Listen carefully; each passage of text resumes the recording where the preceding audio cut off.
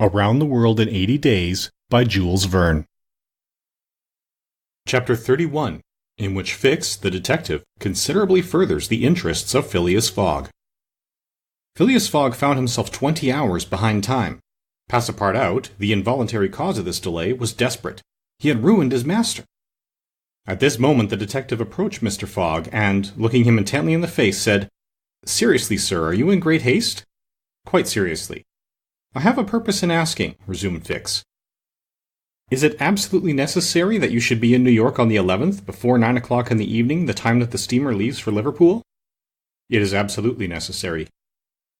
"And, if your journey had not been interrupted by these Indians, you would have reached New York on the morning of the 11th?"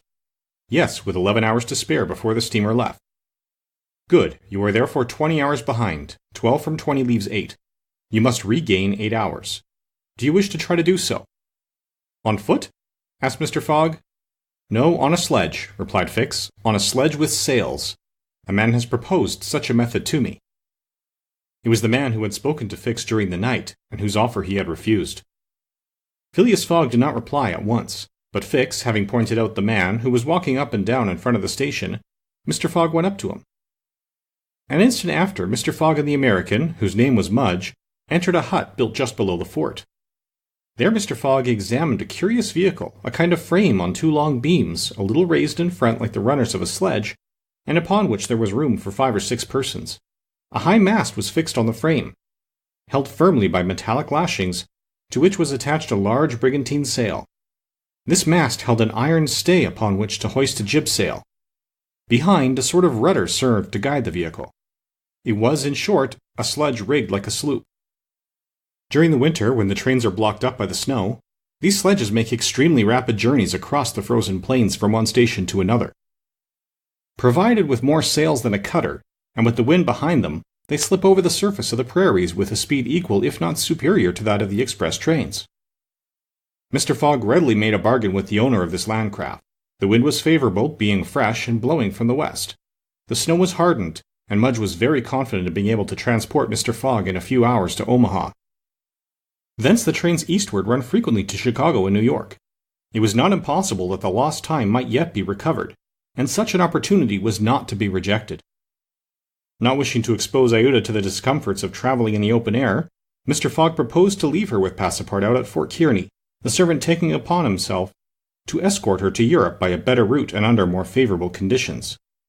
But Iuta refused to separate from Mr. Fogg, and Passepartout was delighted with her decision, for nothing could induce him to leave his master while Fix was with him. It would be difficult to guess the detective's thoughts. Was this conviction shaken by Phileas Fogg's return, or did he still regard him as an exceedingly shrewd rascal, who, his journey round the world completed, would think himself absolutely safe in England? Perhaps Fix's opinion of Phileas Fogg was somewhat modified, but he was nevertheless resolved to do his duty, and to hasten the return of the whole party to England as much as possible. At 8 o'clock the sledge was ready to start. The passengers took their places on it, and wrapped themselves up closely in their traveling cloaks. The 2 great sails were hoisted, and under the pressure of the wind the sledge slid over the hardened snow with a velocity of 40 miles an hour. The distance between Fort Kearny and Omaha, as the birds fly, is at most 200 miles. If the wind held good, the distance might be traversed in 5 hours. If no accident happened, the sledge might reach Omaha by 1 o'clock. What a journey! The travelers, huddled close together, could not speak for the cold, intensified by the rapidity at which they were going. The sledge sped on as lightly as a boat over the waves. When the breeze came skimming the earth, the sledge seemed to be lifted off the ground by its sails.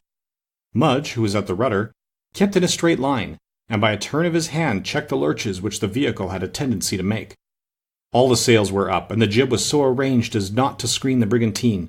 A topmast was hoisted, and another jib, held out to the wind, added its force to the other sails.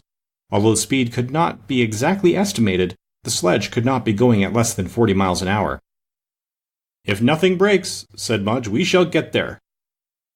Mr. Fogg had made it for Mudge's interest to reach Omaha within the time agreed on, by the offer of a handsome reward. The prairie, across which the sledge was moving in a straight line, was as flat as a sea. It seemed like a vast frozen lake. The railroad which ran through this section ascended from the southwest to the northwest by the great island, Columbus, an important Nebraska town, Schuyler, and Fremont, to Omaha. It followed throughout the right bank of the Platte River. The sledge, shortening this route, took a chord of the arc described by the railway. Mudge was not afraid of being stopped by the Platte River, because it was frozen. The road, then, was quite clear of obstacles, and Phileas Fogg had but two things to fear: an accident to the sledge, and a change or calm in the wind. But the breeze, far from lessening its force, blew as if to bend the mast, which, however, the metallic lashings held firmly. These lashings, like the chords of a stringed instrument, resounded as if vibrated by a violin bow. The sledge slid along in the midst of a plaintively intense melody. "Those chords give the fifth and the octave," said Mr. Fogg. These were the only words he uttered during the journey. Iuta, cosily packed in furs and cloaks, was sheltered as much as possible from the attacks of the freezing wind.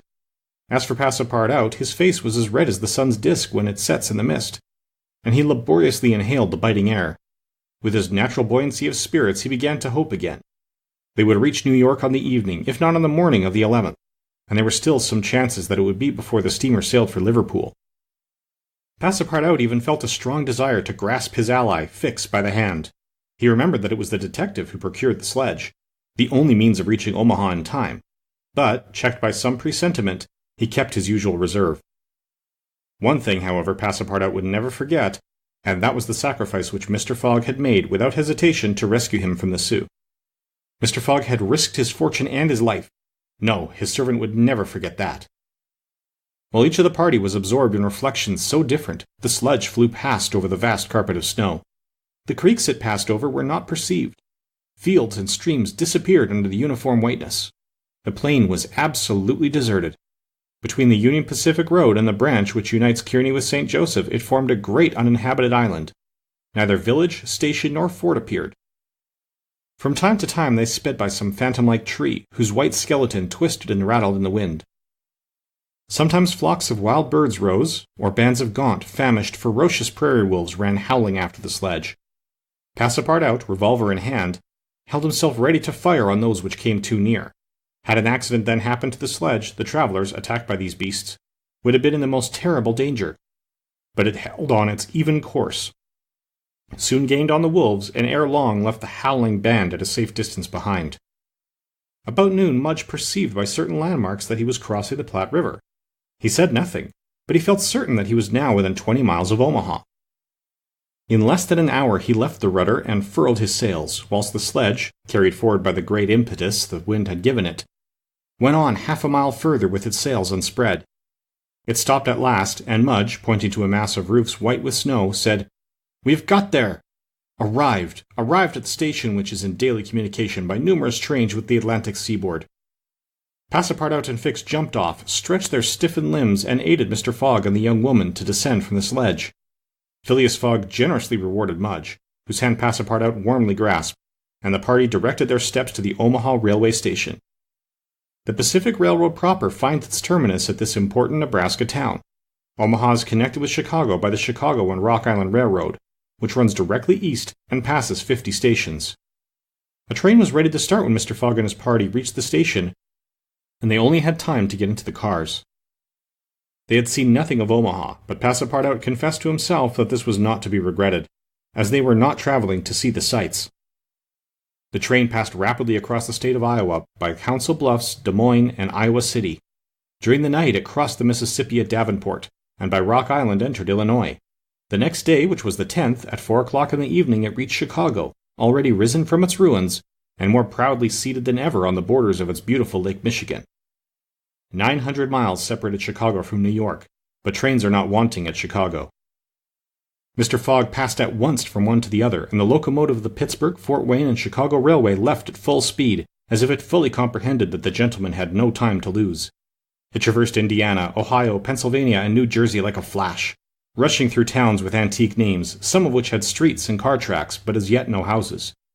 At last the Hudson came into view, and at 11:15 in the evening of the 11th, the train stopped in the station on the right bank of the river, before the very pier of the Cunard line. The China for Liverpool had started 3/4 of an hour before.